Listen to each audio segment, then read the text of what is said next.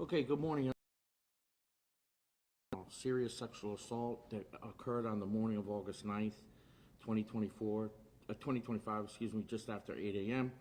Officers responded to the area of Fort Hale Park on the report of a sex assault. The victim reported that while on a run in the wooded area of the park, a Hispanic male attacked her after brandishing a box cutter. Following the assault, the male was not located. The victim was transported to the hospital for medical treatment. Before I brief the rest of the case, I'd like to thank the victim for her courage in coming forward. This is a terrible ordeal, and these crimes are extremely sensitive.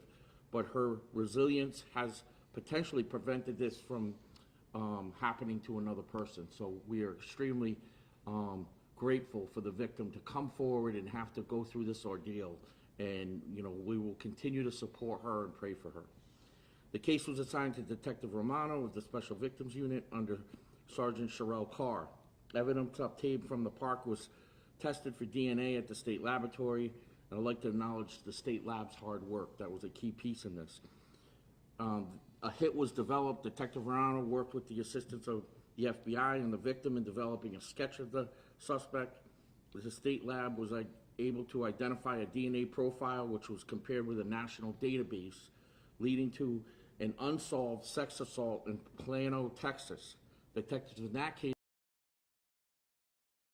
Ludwig Carius in Toronto, and we are also grateful for their assistance. Detective Romano was able to, and he was taken into custody yesterday morning in West Haven, where he was residing. He has been charged with aggravated sexual assault in the first degree, unlawful restraint in the first degree, and is currently being held on $750,000 bond. He will be going to court this morning. During this investigation, we were alerted to the fact in working with the FBI, where the FBI checks everybody's immigration status, that he reported in the past. So we were actually alerted this morning that immigration officials have gotten a criminal detainer on him as well. So if he were to make bond, he could not get out because there's a criminal detainer from immigration officials. Before turning it over to the mayor, I just want to thank some key people. Joe Altamari from the FBI and his crew, who helped with the sketch and helped with locating the suspect. The state's attorney's office, Sergeant Karl, Detective Romano, who was here, Chief Zanelli, Captain Borer, and the state lab. I mentioned them before, but they were crucial in this. And I just want to highlight Detective Romano, who has numerous cases and just worked day and night to make sure that we found a suspect in this so he couldn't hurt anyone else. I'm going to turn it over to the mayor. Thanks, Chief. Nice job, Detective Romano. I'm sure these cases are not easy and can be quite emotional, and our heart goes out to the victim that was involved in the incident. Sexual assault is heinous, and everyone deserves to be safe in New Haven. Every woman deserves to be safe in New Haven, and this case was a very, very high priority for us. And I'm very grateful to the New Haven Police Department for the work that they do to hold people accountable. It's important for people to know that if there are issues around sexual assault, there are resources that are available. There is a hotline in Connecticut that's available 24 hours, 7 days a week. It's 100% confidential. You can speak to a certified sexual assault crisis counselor. That number is 888-999-5545.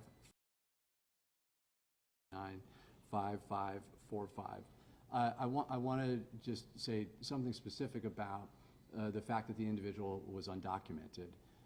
Texas did not arrest this person. New Haven arrested this person. We focus on violent crime, and we hold people accountable no matter who they are. And that is something that we will continue to do. And we ensure that this person is held accountable in our city. Our police department will continue to focus on those issues rather than undocumented residents that are not involved in violent crime. That is where we should be focusing our efforts, and we will continue to do so. Chief. I'll open up for questions, but knowing that, you know, this is a sensitive case, we do have a victim involved here, and it is still an ongoing case. He will be presented for arraignment this morning. How is the victim? How is she? Yeah, so I had an opportunity to meet with her as well, and, you know, she was very shaken up, but she was focused on helping us find out who did this. So again, I want to thank her, but Detective Romano's been in contact with her completely through this, and I thank you again. Like, can't thank you enough for the hard work that you did, and you know, she's doing well, but it's a long process. So. Is he a citizen of? We don't know. Guatemala. And do you know what his priors were? Do you? Okay. Thank you. He was arrested back in 2016 for a physical assault. That's the only prior that we're aware of. Thank you. I'm sorry, was that here or in Texas? In Texas. Okay, thank you. Do we know what the severity of that assault was, what the circumstances were? I think it was assault, and then it was somehow linked to the sex assault what the kit was from, but they never arrested him for sex assault. All right, thank you.